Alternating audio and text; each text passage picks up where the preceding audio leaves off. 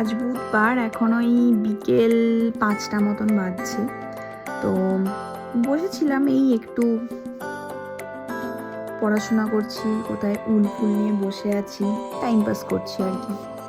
তো আর ভিডিওতে দেখলাম একটা মেয়ে ফুচকা খাচ্ছে।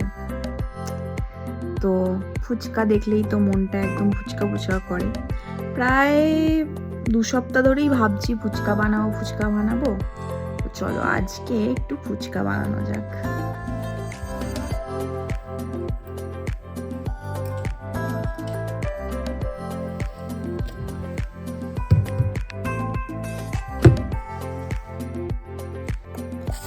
এখানে আছে সুজি আর এটা হচ্ছে ময়দা।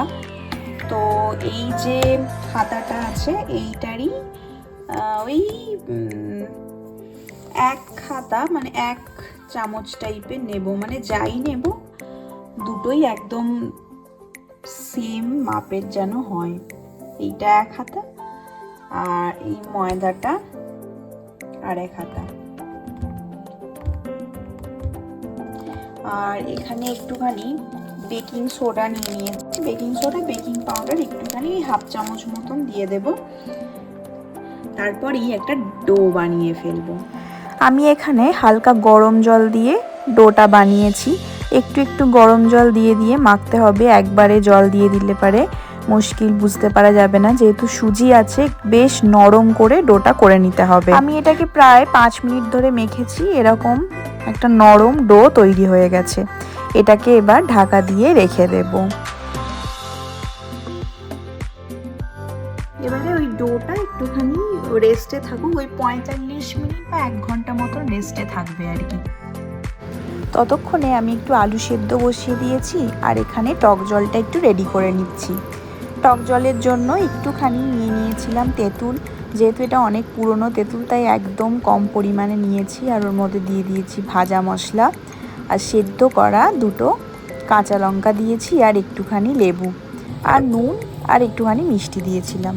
45 মিনিট 1 ঘন্টা মতন টাইম হয়েই গেছে। এবার এই ডোটা থেকে ছোট ছোট লেচি করে নেব, যেরকম রুটির লেচি বেলি ওরকমই। আর রুটির মতনই বেলতে হবে, বেশি পাতলাও বেললে চলবে না আর বেশি মোটাও বেললে চলবে না। তো এটা থেকে রুটিটা করে নিয়ে আগে দেখুন এরকম টাইপের একটা রুটি বানিয়ে নিয়েছি। এরপরে যে ছোট গ্লাস থাকে ওই গ্লাস দিয়ে আমি গোল গোল শেপের ফুচকাগুলো বানিয়ে নেব। যদিও এটা যখন বানাচ্ছিলাম তখন আমার মনে হয়নি, তারপরে মনে হয়েছে যে গ্লাসটা একটু বেশি ছোট হয়ে গেছিলো।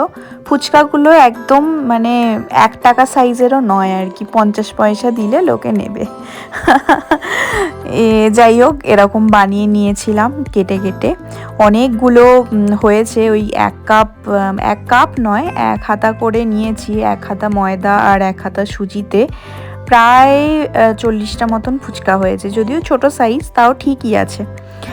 তো দেখুন তারপরে কি করি, এগুলোকে একটা আমি তো কিচেন টিস্যুর ওপরে পেতে রেখেছিলাম। তবে একটা জিনিস মাথায় রাখতে হবে, সেটা হচ্ছে প্রথম দিকে মানে যেগুলো প্রথমে করা হচ্ছে সেগুলো যেন দিকটা ভুল না হয়ে যায়, পরপর সাজিয়ে রাখতে হবে। তারপরে একে একে একটু ডুবো তেলে ফুচকাগুলোকে ছেড়ে দিলেই একদম ফুলকো ফুলকো ফুচকা রেডি হয়ে যাবে। খুবই ইজি একটা পদ্ধতি, আপনারা চাইলে বাড়িতে বানিয়ে দেখতে পারেন।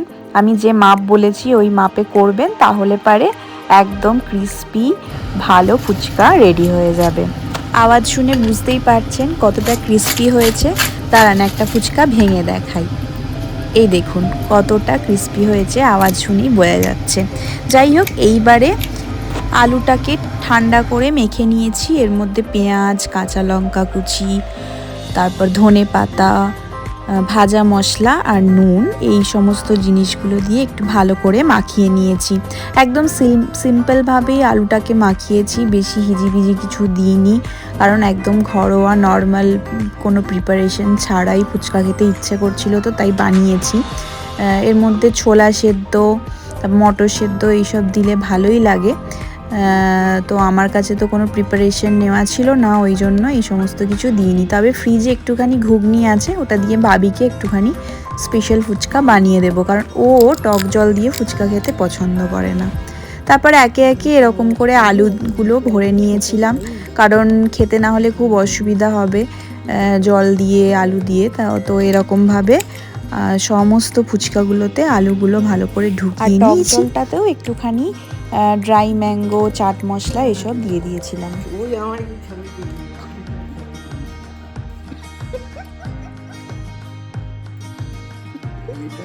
ফুচকা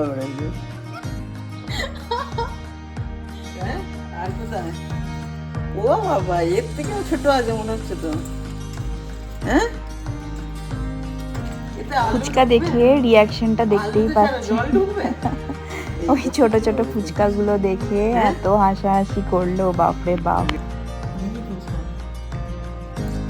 সাদা সাদা বাটিতে ছোট ছোট ফুচকাগুলো দেওয়া হবে। এখানে বাবির জন্য কিছু স্পেশাল ফুচকাও রেডি করে দিয়েছি। দেখতে দেখুন কত ভালো হয়েছে। খেতেও বেশ ভালোই হয়েছিল, খারাপ কিছু হয়নি। ওপর থেকে একটুখানি গুঁড়ো করা ফুচকাও দিয়ে দিলাম, পুরো দোকানের মতো যেন দেখতে হয় আর খেতেও হয়। যাই হোক, চলুন এবার ফুচকাটা খাওয়া যাক।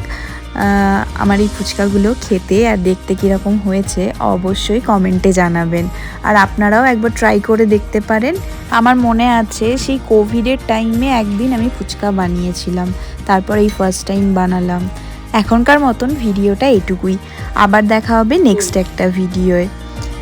আপনারা সবাই ভালো থাকবেন, সুস্থ থাকবেন। আর এদিকে বাবি ফুচকা খেতে খেতে এতই ভালোবেসে ফেলেছে ফুচকা, তো ওরও জল দিয়ে খেতে ইচ্ছে করছিল। আর আমার ওই আলু মাখাটা ওর একদম পছন্দ নয়, তাই জন্য এখানেও স্পেশালি আলুটাকে আরও ভালো করে মেখেছিল। যদিও খেতে খুবই টেস্টি হয়েছিল ওর আলু মাখাটা, পুরো একদম দোকানদারদের মতন। আসলে আমি তো এত চটপাটাভাবে বানাইনি। যাই হোক, এখনকার মতন বাই।